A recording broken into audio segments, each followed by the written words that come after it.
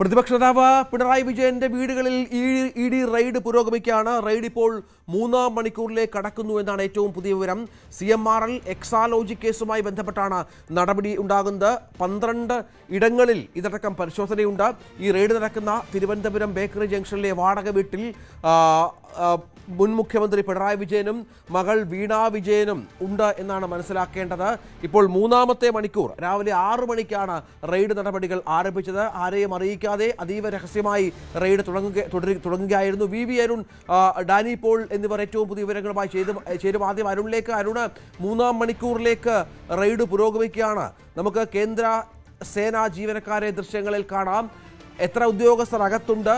മറ്റു വിവരങ്ങൾ എന്തെങ്കിലും ഉണ്ടോ? മറ്റൊരു ഫ്ളാറ്റ് കേന്ദ്രീകരിച്ചും റെയ്ഡ് പുരോഗമിക്കുന്നു എന്ന വിവരമുണ്ട്. എന്താണ് ഏറ്റവും പുതിയ കാര്യങ്ങൾ?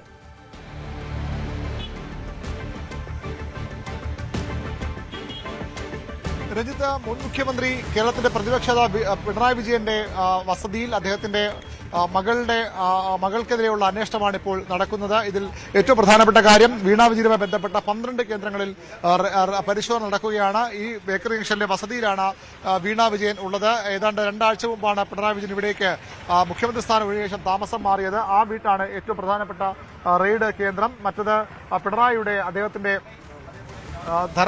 പിണറായിലുള്ള വീട്, മുഹമ്മദ് റിയാസിന്റെ ബേപ്പൂരിലെ കോട്ടുള്ളിയിലെ വീട്, എക്സാലോജിക്കിന്റെ ബംഗളൂരുവിലെ ഓഫീസ് തുടങ്ങി 12 കേന്ദ്രങ്ങളിലാണ് ഒരേ സമയം എൻഫോഴ്സ്മെന്റ് ഡയറക്ടറേറ്റിന്റെ പരിശോധന നടക്കുന്നത്. മാസപ്പെട്ടി കേസുമായി ബന്ധപ്പെട്ട അന്വേഷണമാണ് നേരത്തെ വീണ വിജയനെതിരെ ഉണ്ടായിരുന്നത്. ഇന്നലെ ഈ കേസിൽ അന്വേഷണ സംഘത്തിന് മുന്നോട്ട് പോകാമെന്ന സുപ്രധാന വിധി കേരള ഹൈക്കോടതി നൽകിയിരുന്നു. തടസ്സമില്ല, അന്വേഷണവുമായി മുന്നോട്ട് പോകുന്ന തടസ്സമില്ല എന്ന സുപ്രധാന വിധി കേരള ഹൈക്കോടതിയിൽ നിന്ന് ഉണ്ടായിരുന്നു. അതിന് തൊട്ടു പിന്നാലെയാണ് എൻഫോഴ്സ്മെന്റ് ഡയറക്ടറേറ്റ് ഒരു മിന്നൽ നീക്കം എന്നൊക്കെ പറയാവുന്ന തരത്തിലുള്ള ഒരു നീക്കം നടത്തിയിരിക്കുന്നത്.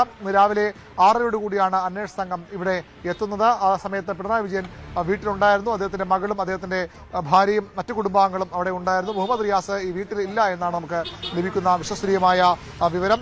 അവിടെ ഇതുമായി ബന്ധപ്പെട്ട നിർണായക പരിശോധനയാണ് നടക്കുന്നത്. മാസപ്പടിയുമായി ബന്ധപ്പെട്ട നിർണായക പരിശോധന നടക്കുന്നത്. സ്വാഭാവികമായും ഇതുമായി ബന്ധപ്പെട്ട് വീണ വിജയന്റെ അടക്കം ബാങ്ക് അക്കൗണ്ട് ഉൾപ്പെടെയുള്ളവ പരിശോധിക്കുമെന്ന ഉറപ്പാണ്.